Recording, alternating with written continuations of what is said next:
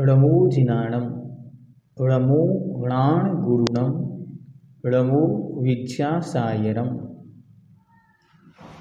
मूकमाटी महाकाव्य हिंदी साहित्य का एक अद्भुत, अलौकिक और अनुपमेय आध्यात्मिक महाकाव्य है।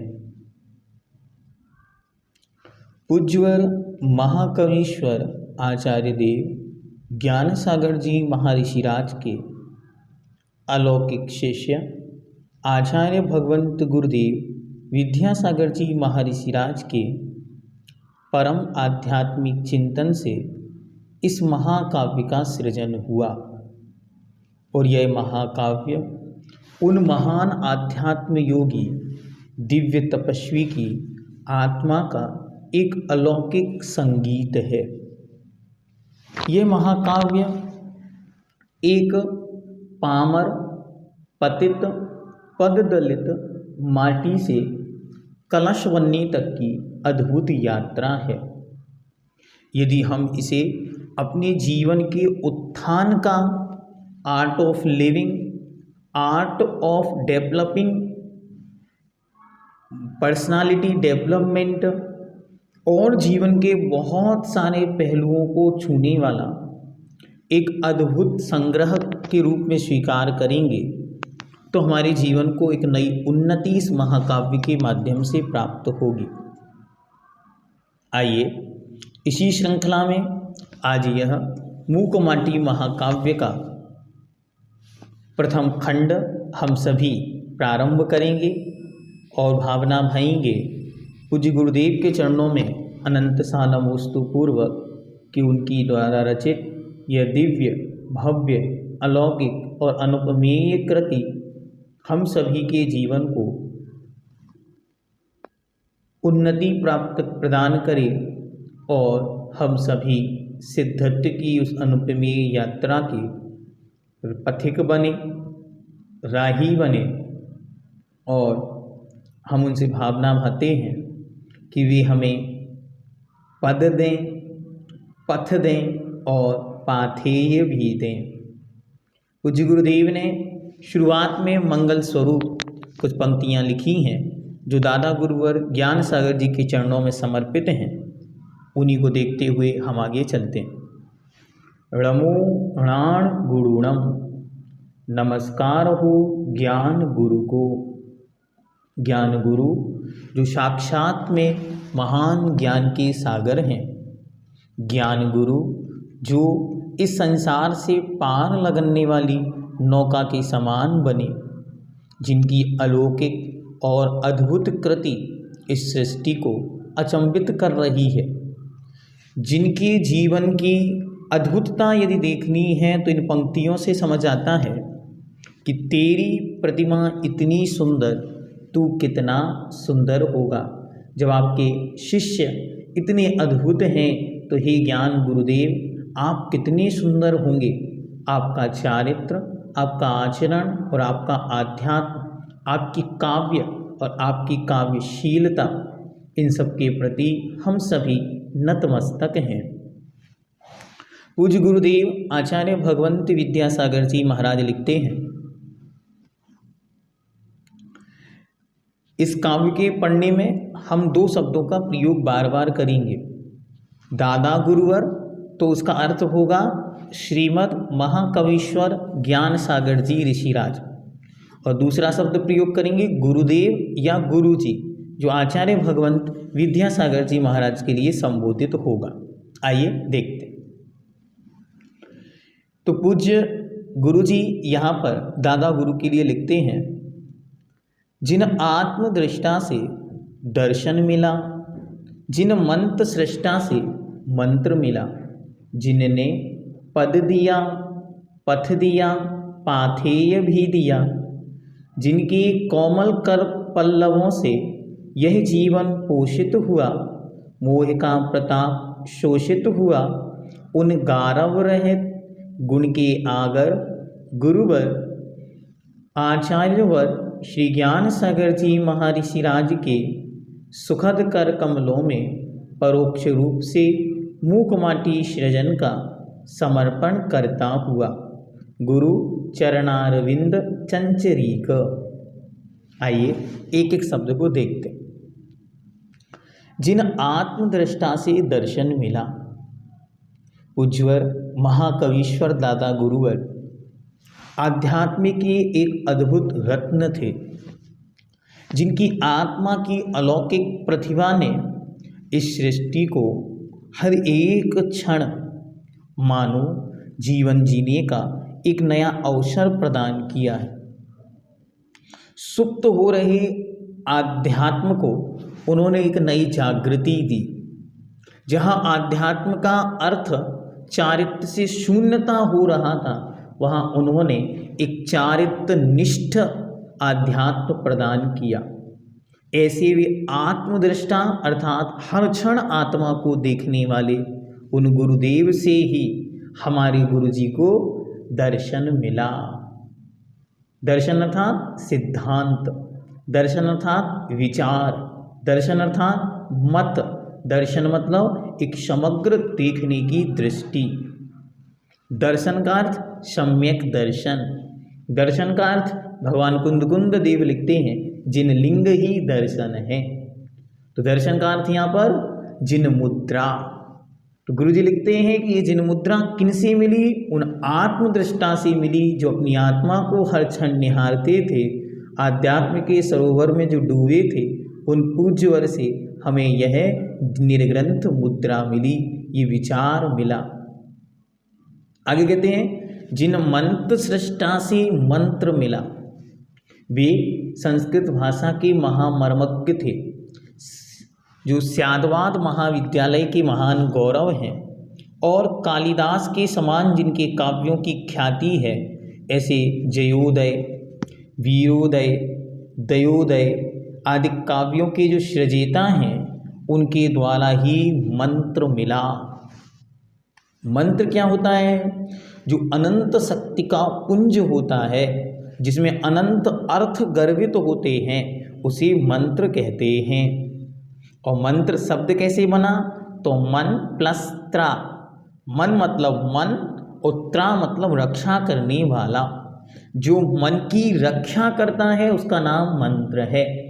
तो यहाँ पूज्यवर गुरुजी निवेदन करते हैं उनके चरणों में कि वे मंत्र सृष्टा थे, शब्दों के अक्षरों के भी ज्ञाता थे, संस्कृत के महान भाषाविद थे, जिनके माध्यम से ही मुझे मंत्र की उपलब्धि हुई, प्राप्ति हुई, जिससे मैं आज आगे बढ़ा हूँ। उनके माध्यम से ही मेरा मन रक्षित हुआ, क्योंकि ये मन कहीं बाहर ना चला जाए, इसलिए उस मन को रक्षित करने के लिए ही मंत्र का प्रयोग होता है।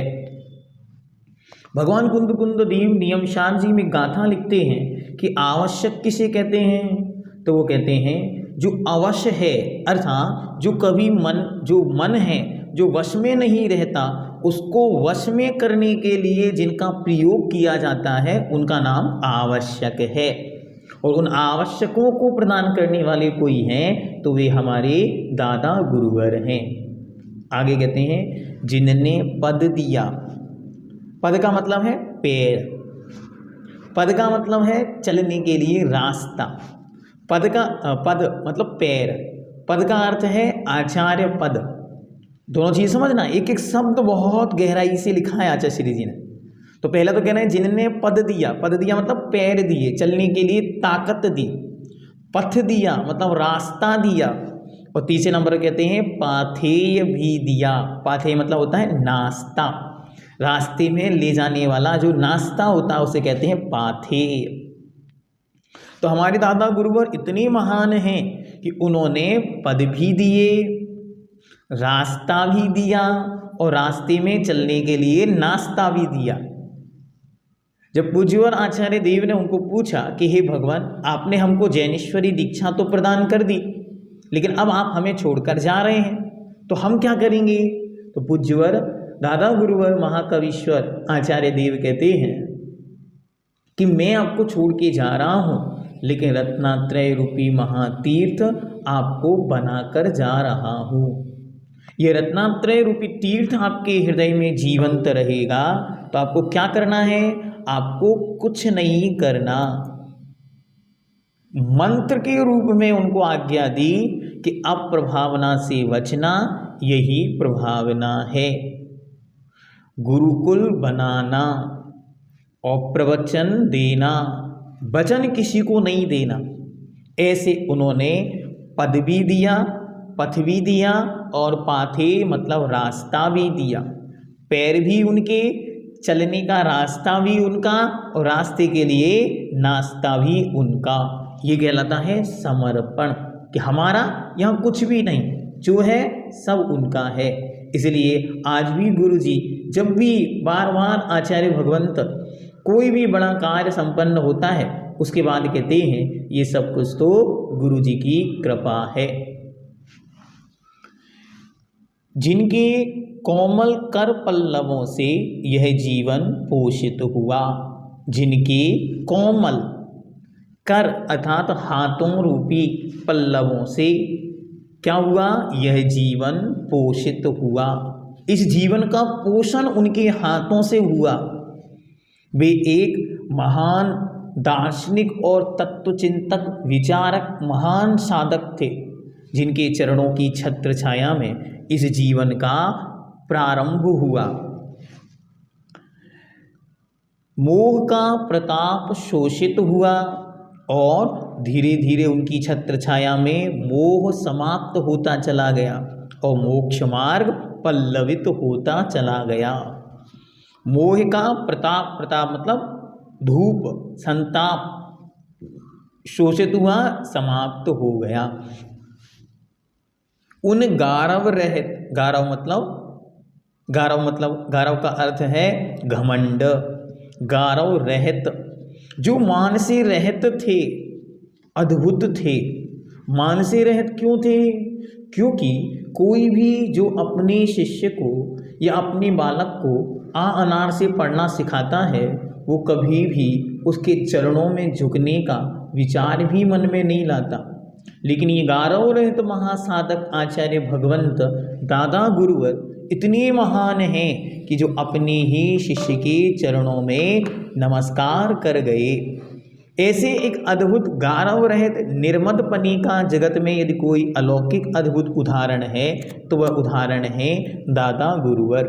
इसीलिए उनको कहा उन गारव रहित गुण के आगर, जो कैसे हैं, जो गुणों के आगर अर्थात समूह हैं, घर हैं, गुण ही जिनका जीवन है और जो निरंतर उन गुणों में डूबे हुए हैं, ऐसे वे गुणों के आगर गुरुवर, गुरुओं में जो श्रेष्ठ हैं, आचार्यवर जो आचार्यों में श्रेष्ठ हैं, ऐसे ज्ञान सागर जी के सुखद कर कमलों में, हाथ रूपी कमलों में यह परोक्ष रूप से, क्योंकि जब ये मूक माटी का सृजन हुआ तब तक पूज्यवर दादा गुरुवर इस सृष्टि से उस महान दिव्य लोक की ओर गमन कर गए।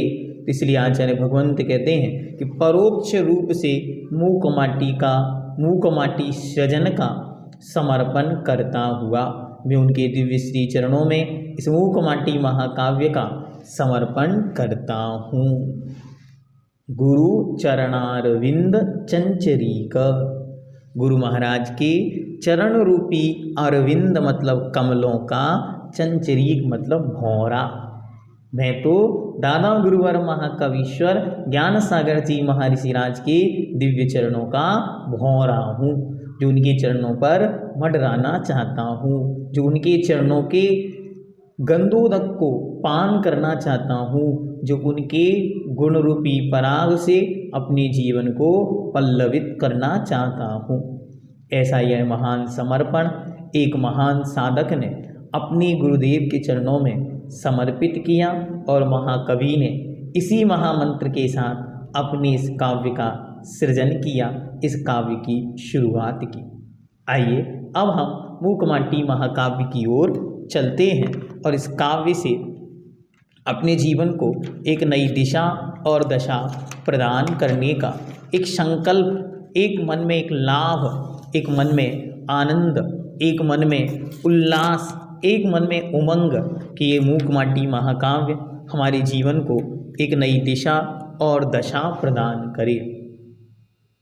आइए इस सुखद क्षणों में मूक माटी बोलती आध्यात्म अमृत घोलती, सुन चेतना तू महान, बन चेतना तू महान।